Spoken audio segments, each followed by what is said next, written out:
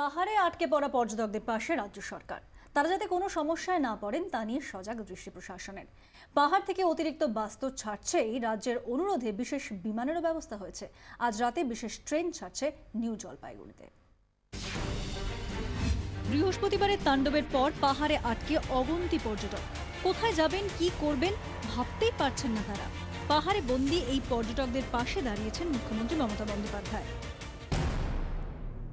যত টুরিস্ট ফিরে যেতে চান সমস্ত বিনা পয়সায় তাদের সমস্ত সার্ভিস দেওয়ার ব্যবস্থা করেছে গভর্নমেন্ট। এছাড়াও আমরা রেল কর্তৃপক্ষকেও রিকোয়েস্ট করেছি অ্যাডিশনাল কোচ বা অ্যাডিশনাল ট্রেন যাতে বগি যাতে দেওয়া যায় বা অ্যাডিশনাল ট্রেন।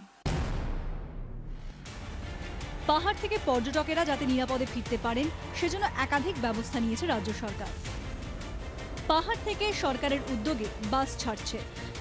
পাহাড় থেকে নামার সময় পর্যটকেরা যাতে কোনো সমস্যায় না পড়েন তার জন্য পথে থাকছে নিরাপত্তার ব্যবস্থা।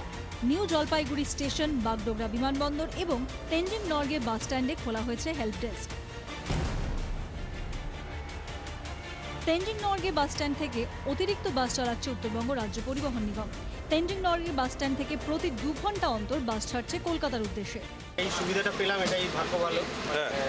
স্টেট গভর্নমেন্টকে অসংখ্য ধন্যবাদ।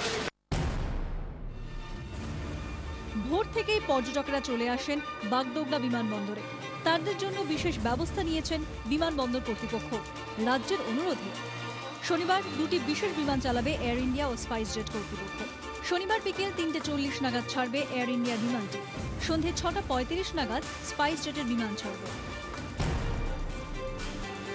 পর্যটকেরা যাতে কোনো সমস্যায় না পড়েন তাই ট্যুর অপারেটর ও সরকারি কর্তাদের নিয়ে বৈঠক করেন পর্যটন মন্ত্রী গৌতম দেব। একজনও পর্যটকের যাতে কোনো অসুবিধা না হয় তার জন্য যা যা ব্যবস্থা সবটাই সরকার। সিকিমে বেড়াতে যাওয়া পর্যটকেরাও যাতে সমস্যায় না পড়েন সেদিকেও নজর দেওয়া হচ্ছে। উদ্বিগ্ন পর্যটকদের ভিড় বাড়ছে পাহাড়ের বাস স্ট্যান্ডগুলিতে। সকলকে নিরাপদে ঘরে ফেরানোটাই এখন চ্যালেঞ্জ রাজ্য সরকারের।